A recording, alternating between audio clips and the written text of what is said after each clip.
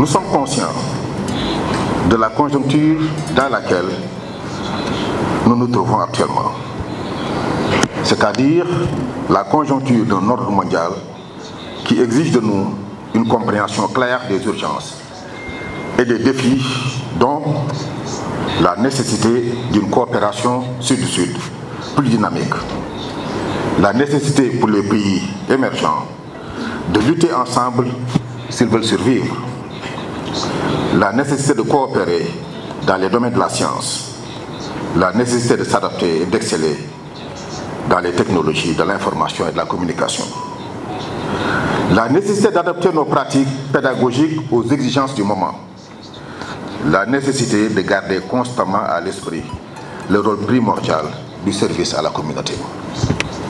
Dans tous ces domaines, l'Inde a ouvert la voie. Let me conclude by thanking the rector of the university for organizing this address today. It was a pleasure putting my thoughts before you. I do hope that the faculty and students of this university will advance the frontiers of knowledge and keep questioning and discovering, innovating and enduring to improve human lives. Ultimately, what is our aim? Is to make our human lives comfortable, make our human lives happy, make our human lives more healthier. That is the purpose.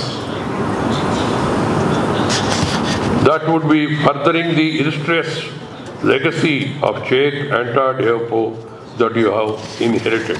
Et nous serons ravis de travailler et de marcher avec votre grande nation pour la réalisation des objectifs que je vais citer. Ressusciter l'ancienne coopération et les échanges avec l'Inde qui remontent très loin dans l'histoire, par le biais en particulier du Conseil indien pour les relations culturelles. Le premier président de la République du Sénégal, Léopold Sédar Senghor, et l'université de Dakar de l'époque avaient noué des relations avec beaucoup d'universités en Inde et en particulier avec l'université Annamalai de Madras. Étendre et développer notre compréhension par la diversification des offres ciblant différentes universités et centres de recherche des deux pays. Permettre une circulation plus dynamique des enseignants et des chercheurs entre les deux pays. Faciliter le séjour des étudiants et stagiaires par un système de bourse prédoctorale, doctorale et postdoctorale.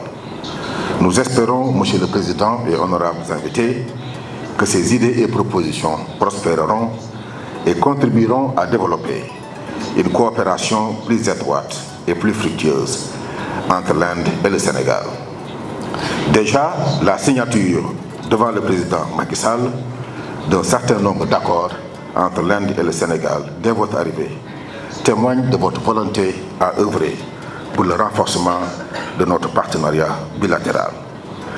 Votre discours sur Tiranga et Teranga, 60 ans de relations diplomatiques entre l'Inde et le Sénégal, reviendra certainement sur les fondements et les jalons de cette coopération, mais surtout ouvrira des perspectives mutuellement bénéfiques.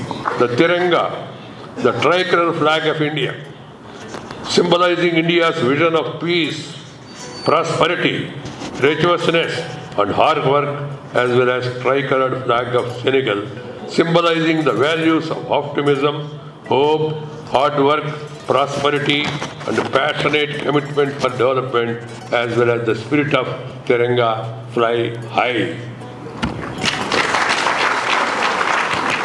I hope that this reputed center of education will foster cross-cultural understanding and contribute to peace, prosperity and environmental protection. I would like to wish the younger generation of this country, of this university, all the best.